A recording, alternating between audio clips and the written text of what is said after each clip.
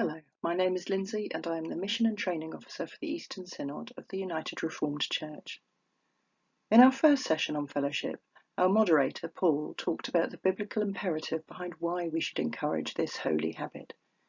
He drew our attention to countless passages that urge us to love, meet, work and witness with our fellow believers. He also gave us biblical examples modelling what fellowship can look like and what it should not look like. This slide helps us to remember the Greek word koinonia and its gospel use and meaning, which Paul highlighted in the last session.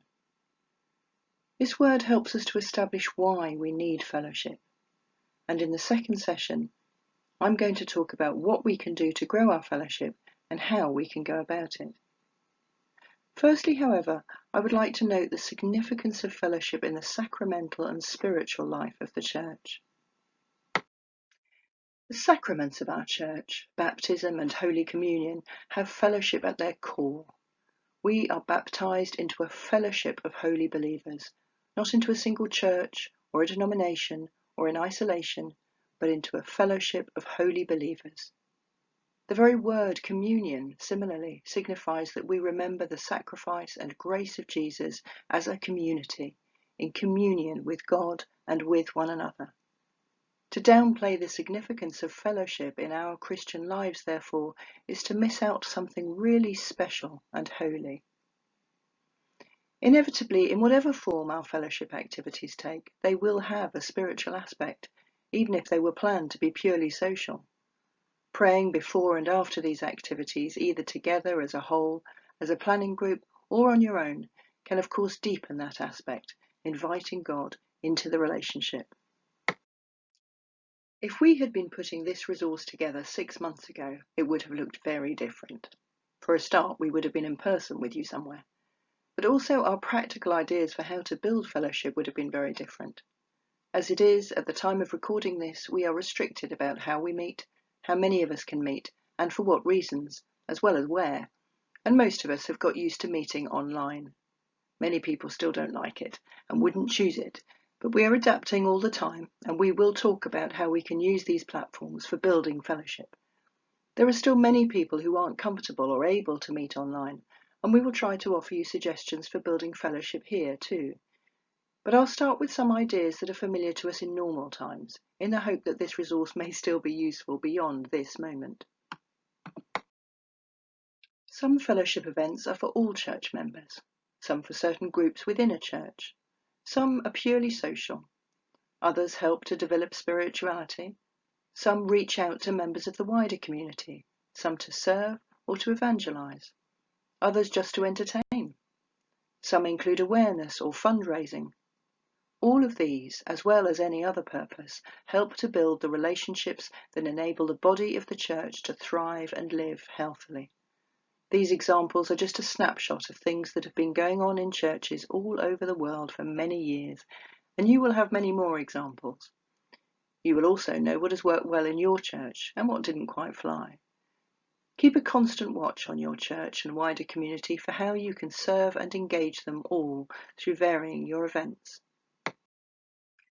Bringing fellowship online or with distancing measures has been challenging for many.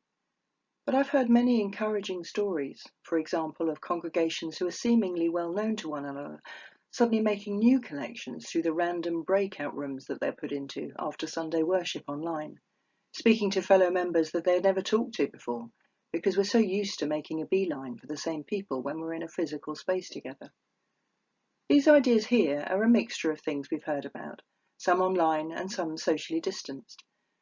We clearly need to keep an eye on how we manage those distance suggestions, such as gardening and walking and meeting in outdoor spaces, partly because of the changing weather, but also as guidelines for numbers and groupings change. But where possible, a small group leaf sweeping or weeding of either the church grounds or the garden of a neighbour in need will help build fellowship. A small group socially distanced walk will encourage a freer conversation than sitting around a table would have. The tea at 3 is an interesting example. It started as a Thursday afternoon gathering in a small church with an elderly congregation. When they asked themselves a few years ago what they could offer their community, they felt that they could make a cup of tea and they could make cake. They invited other elderly but unchurched and often lonely residents in the village. It grew quickly and is still a highly valued, well-attended, deeply friendly space. After a couple of years, they introduced a holy song and a prayer. No one was put off. Several people started coming to Sunday services. Since lockdown, Tea at 3 went to Zoom, where take-up was better than imagined. With some relaxation of the rules, they have now gone back to having it in the church, while still Zooming to those unable to join them. It is a strong example of fellowship as a way to build community and the church, and is also a good example of keeping things going and adapting to current change. Having looked at some examples of fellowship, and I can give you more details on any of these and how to manage them, let us now consider how we do fellowship. Have a look at this picture, taken at Liverpool Street Station.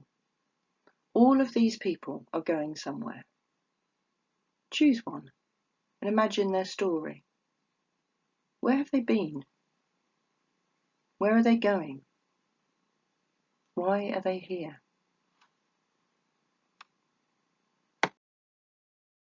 Our churches are made up of all sorts of people, from all walks of life. In my own very small local church, we have a retired doctor, accountant and bank manager.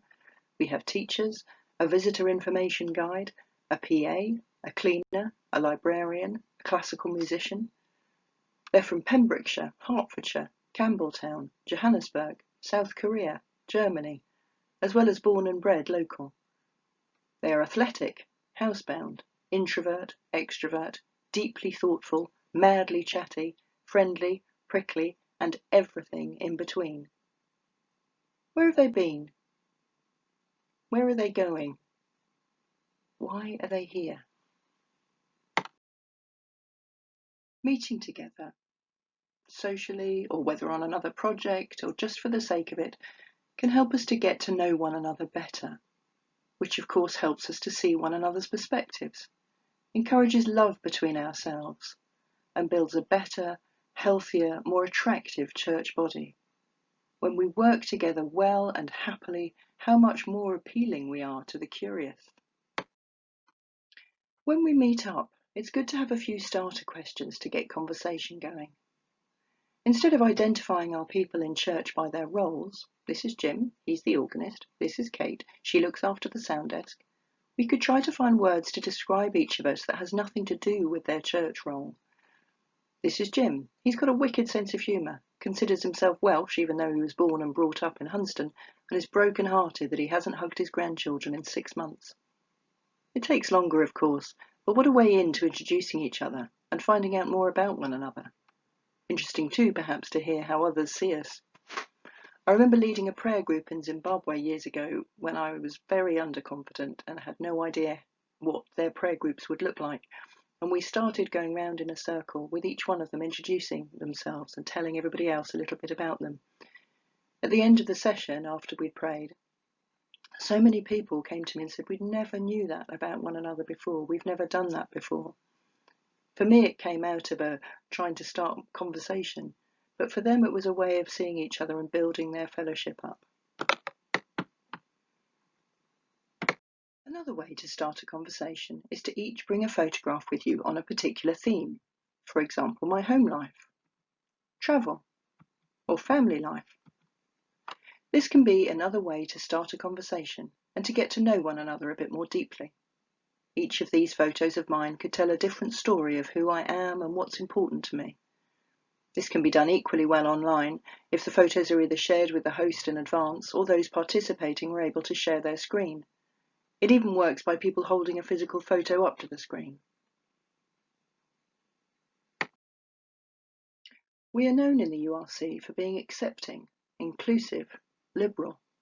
I know many people who have joined URC churches because it was the only space that they felt welcomed and not judged, for their marital status, their sexuality, their colour. Interestingly, however, while we mostly accept, we don't actually talk about these issues very often. Very often we are blind to difference, instead of finding out about it and learning from it. I think this stems from a time when being colourblind, for example, was accepted socially as how we deal with our diverse society, and also from a British politeness. don't talk about it. This silence, however, can be alienating and confusing to people coming into our churches and to our young people. They are used to being freely open about who they are and how they feel and what they want, and these conversations aren't happening very easily in many of our churches at the moment. The wider United Reformed Church is tackling many of these issues head-on, such as through the recent Global and Intercultural Ministries series on Black Lives Matter, and I would encourage churches to deepen their understanding by participating in these programs. Provided that we remain open to each other's experiences and views, try to resist becoming defensive, and acknowledge our difference, we can only become stronger as a body. The principle of koinonia that Paul highlighted last week speaks of coming together for mutual benefit, of building one another up, to love, to good works. Perhaps now is the time to go deeper with the people we worship with. What is important to them? What are their views and opinions on the difficult topics polarizing people today? Where have they been? Where are they going? Why are they here? By getting into one another's shoes, listening, we can build that state of fellowship, prayer and service modelled by the early church.